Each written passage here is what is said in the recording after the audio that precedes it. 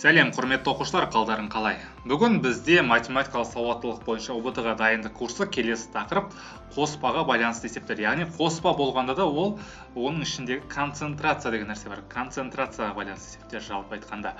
Концентрацияның не екендігін мен сіздерге айтып кетейін. Концентрация ол белгілі бір заттың құрамындағы екінші заттың проценттік көрсеткіші. Мысалы, қарапайым спирт болсын, немесе йод болсын, оның құрамында, яғни оның концентрациясы жазылып қойды сыртына міндетті түрде белгілі бір процент, 20%, 30%. Яғни ол дегеніміз не? Мысалы, спиртті алатын болсаңдар, яғни спирт ол толыққанды таза спирт болмайды, кейде оның құрамында белгілі бір пайызы ғана спирт болады, қалғаны су болады. Сонымен араласады. Соның нәтижесінде бізде мысалы таза емес спирттер пайда болады. Соның құрамындағы таза спирттің үлесі, проценттік үлесі, ол концентрация деп айтылады. Тағы да сол сияқты заттар көп. Мысалы, қазір есеп шығару барысында міне соны қарастырайық. Мысалы, жалпы мен қоспаны бір ерітінді түрінде, тұз ерітіндісі түрінде ала берейік, иә? Мысалы, тұз ерітіндісі дегеніміз кәдімгі судың ішіне тұзды салатын болсаңдар, ол қарапайым тұз ерітіндісі болып шыға салады. Міне соған байланысты есептерді қарастырайық. Мысалы, мынандай бір есепті алайық. 20%-тік 200 грамм тұз ерітіндісіне, тұз ерітіндісін Т деп жазып қояйын. Тұз ерітіндісіне қосылды 10%-тік 250 грамм тұз ерітіндісі. И пайда болған қоспаның концентрациясын табу керек бізге. Концентрация қысқартып жазайын. Яғни көрдіңдер ме? 20%-тік 200 грамм тұз ерітіндісіне 10%-тік 250 грамм тұз ерітіндісі екеуін бір ыдысқа құйдық. Сол кезде пайда болған үлкен қоспа тағы да бір ерітінді пайда болды ғой. Қоспа деп айтайық. Сондықтан оның концентрациясын табу керек. Яғни оның құрамындағы тұзды табу керек.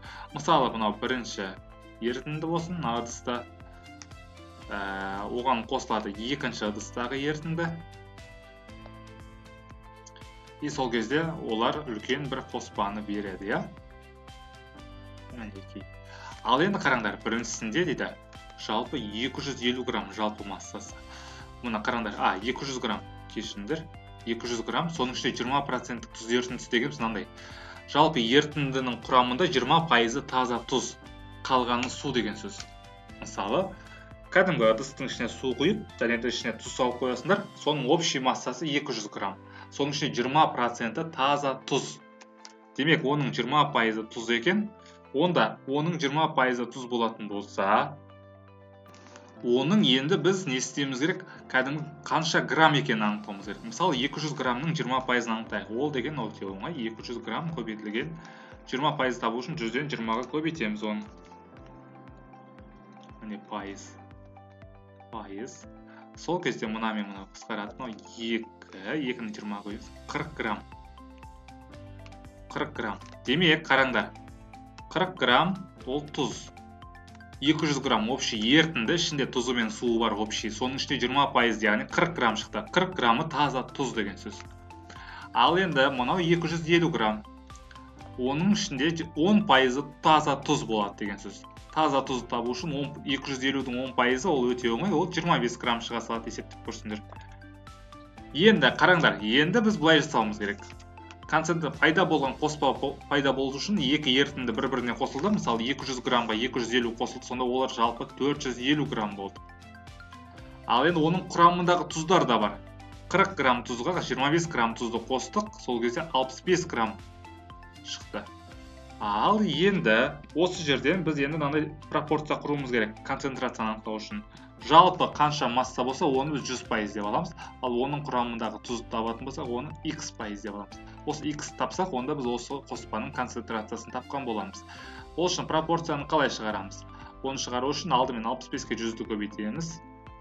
6500 болады ол. Оны бөлеміз 450-ге. Ал енді 6500-ді бөліп көрейік 450-ге. Сол кезде бізде жуық шамамен 14,4% шығады екен. 14,4% шығады жуық шамамен. Демек, бізде пайда болған қоспаның концентрациясы 14,4%. Көрдіңдер ме? Өте қарапайым. Тағы да түсінікті бола түсу үшін осыған ұқсас бір есепті қарастырайық. Келесі. Мысалы, 15%-тік 1000 грамм тұз ерітіндісіне қосылды 25%-тік 600 грамм тұз ерітіндісі. Пайда болған қоспаның есін табу керек, тағы да концентрациясы қысқартып жаза салайын. Ал кеттік. Бірінші ерітінді, оған екінші ерітінді қосылады. Екеуі қосылып қоспа болады. Ал енді қараңдар, бірінші мынау 1000 грамм еді өзі. 1000 грамм жалпы массасы, соның ішінде 15% тұз деген сөз. 15% қанша? 15%-ді 1000-ның 15%-ін есептейтін болсаңдар, ол 150 грамм болады. 150 грамм таза тұз. Енді мынау 600 грамм еді. Ал енді оның құрамында 25%-ын табайық. 600-дің 25%-ын табу үшін 600-ді көбейтеміз 100-ден 25-ке. Пайыздың белгісін қояйық. Олар қысқарып кетеді қазір. 100 бен 600 қысқартамыз. 6 болады. 6-ны 25-ке көбейтеміз 150 болды. 150 грамм болады екен. Бұның құрамында да 150 грамм тұз бар екен. Енді общий массаларды қосамыз. 1000-ға 600 қоссақ 1600 грамм болады. Ол 100% болады общий масса болғандықтан. Ал енді тұздарды қоссақ 300 грамм болады екен. 300 грамм ол x пайыз. X табу үшін не істейсіңдер? Так, алдымен мынау 2-0 мен 2-0 қысқартып жіберсек, қосуда 300-ге көбейтеміз. 300 болады. Ал 300-ді не істейміз? 16-ға бөліп көреміз. 300-ді 16-ға бөлетін болсақ, жоқ шамамен нақты 18,75% шығады екен. Мінекей 18,75% болады бізде пайда болған қоспаның концентрациясы. Менің ойымша өте оңай, мен түсініп алдыңдар деген ойдам, қиын емес. Тек аккуратно барлығын рет-ретмен орындау қажет. Есептегенде қателік жіберуге болмайды. Ал енді қараңдар. Келесі.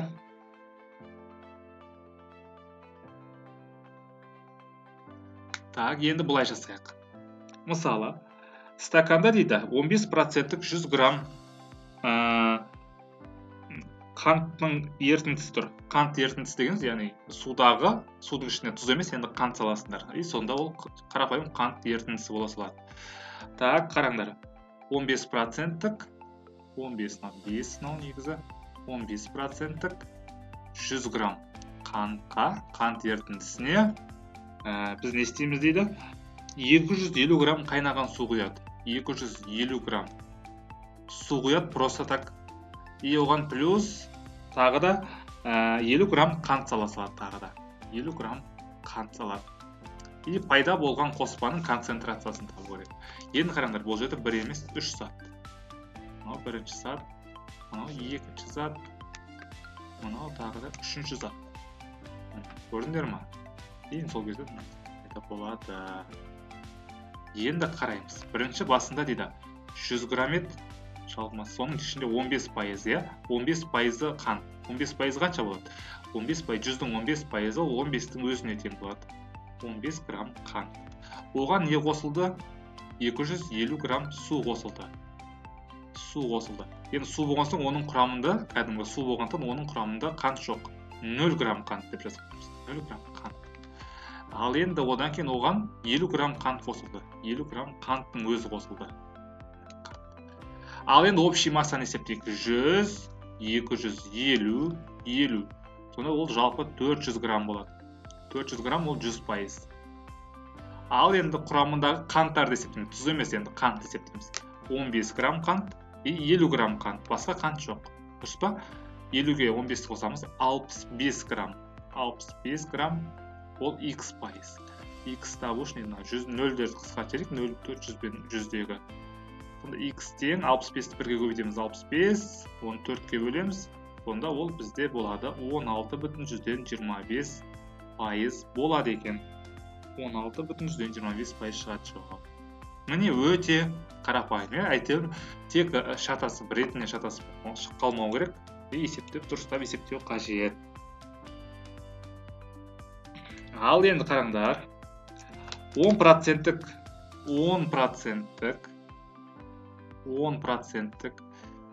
800 грамм 10%-тік 800 грамм тұз ерітіндісінен дейді. Тұз ерітіндісінен Қараңдар, енді өте сұрақ басқаша бізде. Тұз ерітіндісінен 25%-тік тұз ерітіндісін алу үшін, 25%-тік тұз ерітіндісін алу үшін бізге не қылу керек? Осы қоспаға қанша тұз қосу қажет еді? Алу үшін қанша тұз қосу қажет? Қанша грамм тұз қосу керек? Қараңдар, өзі 800 грамның құрамында 10% тұзы бар. И оған біз тағы да тұз қосқан кезде 25%-тік тұз ерітіндісі шығу керек. Ал енді оны біз қалай табамыз? Енді қараңдар, бұл жерде енді сұрақ бізде басқа нәрсені сұрап тұр. Қараймыз. Енді қосылған кезде қараңдар, 800 грамм жалпы тұз ерітіндісі, и оның құрамында 10% не дейді? 10% тұз екен. 10% қанша болады 800-ның? Ол 80 грамм тұз болады. 80 грамм тұз. Оған енді x грамм, қараңдар, x грамм тұз қосамыз. X грамм тұз қосу керек. Сол кезде бізде пайда болу керек 25%-тік тұз ерітіндісі. Яғни қазір біз жалпы массаны есептейтін болсақ, x грамм тұзға, x грамм тұз енді жалпы массаға қосылады ғой, салмақта орналасады ғой. X грамм тұзды 800-ге қосқан, 800 қосылған x болады, ол бізде 100%-ға тең. Ал енді бізде концентрация қанша болу керек дейді? 25% болу керек дейді. Ал енді осы тұз, оның құрамындағы тұзға да қосылады жеке. 80 плюс x болады.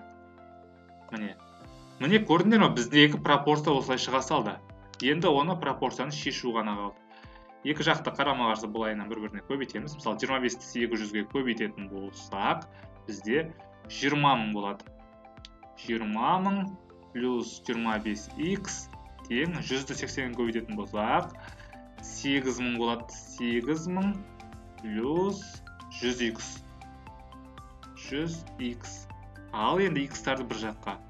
Мысалы, 25x азайтылған 100x тең 8000 азайтылған 20 мың. Так, сол кезде бізде минус 75x шығады. Мұнда минус 12 мың шығады. Енді x табу үшін не істейміз? X табу үшін біз 12 мыңды бөлуіміз керек. Нешеге? 75-ге. Сол кезде бізде шығады 160 грамм шығады. Демек, көрдіңдер ме? Біз егер 160 грамм тұз қосқанымызда 800 граммға, онда біз оның құрамынан 25%-тік тұз ерітіндісін алады екенбіз. Көрдіңдер ме? Өте ыңғайлы, өте әдемі, ерекше есеп екен. Тағы да бір мысал көрсетейін. Ең басты қалай шығару керек, соны ұғып алыңдар. Ол әр бүкіл есептің жауабын білу міндетті емес. Ең басты қалай шығаратындығын түсінсеңдер болғаны. Қараңдар, енді басында қанша белгісіз x грамм айтады. Мысалы, белгісіз дейді, бұлай дейді. Белгісіз 40%-тік тұз ерітіндісі дейді. Массасы белгісіз 40%-тік тұз ерітіндісіне дейді. 120 грамм тұз қосылды дейді. 120 грамм тұз қосылды. Сол кезде бізде 70%-тік ерітінді пайда болды, қоспа пайда болды. Сол кезде 70%-тік қоспа пайда болды. И айтады бізде, басында сол қанша грамм тұз ерітіндісі бар еді. Міне, осыны сұрап тұр. Алғашында қанша грамм қоспа болған, яғни ерітінді қоспа екеуі бір ғой. Ал енді осыны шығарайық. Міне, басындағы ерітінді оған қосылған тұз болсын, нәтижесінде шыққан ерітінді болсын. Ал енді қараңдар, басында x грамм болған. X граммның енді 40%-ын қайт табамыз. X граммды көбейтесіңдер 100-ден 40-қа. 0 мен 0 қысқады. 10-нан 4x көбейтсеңдер 0,4x болады. Демек, 0,4x не екен? Тұз екен. Грамм. Ал енді оған қанша не қосылған? Оған қосылған бізде 120 грамм тұз. Ал енді общий массаны есептейік. Общий масса бізде тұз екеуіне де есептеледі. 120 грамм өткен осы салмақта орналасатын болатын общий массаға қосамыз. 120-ны x-ға қоссақ, x қосу 120 болады. Ол общий бізде 100% береді. Ал оның концентрациясы қанша береді? 70% болды ғой соңында. Ал ол тұздың көрсеткіші. 120 грамм тұзынан 0,4x-қа да қосылады, сонда 0,4x қосылған 120. Міне тағы да пропорция шықты. Енді екі жақты бір-біріне көбейту керек. Ол үшін бір нөлдерді қысқарта салсақ болады, ештеңе етпейді. 7-ні x-ға көбейтеміз, 7x қосыламыз, 7-ні 120-ға көбейтеміз, 840 тең 0,14 көбейтеміз, 4x, 120-ны 10-ға көбейтеміз, 1200. X-тарды бір жаққа жинаймыз, 7x азайтылған 4x, 1200-ден 840-ты азайтамыз, сонда 360 болады. Екеуін азайтсақ бізде 3x тең 360. X табу үшін 360-ты 3-ке бөлеміз, 120 грамм. Демек, басында ол 120 грамм тұз ерітіндісі болған екен. Көрдіңдер ме? Өте әдемі есеп. Тек қана асықпай түсініп, қалай шығару керектігін меңгеріп алу керек. Сұрақтарың болса тағы да қоя жатарсыңдар. Әрине, жаңа айтқандай, бүкіл есепті шығару міндет емес, ең бастысы қалай қоспаның есептерін шығару керек. Міне, осыны түсініп алсаңдар болғаны. Осындай есептерді көбірек шығарыңдар, сұрақтар болса міндетті түрде сұраңдар. Ал мен сендермен келесі сабаққа дейін қоштасатын боламын. Сау болыңдар.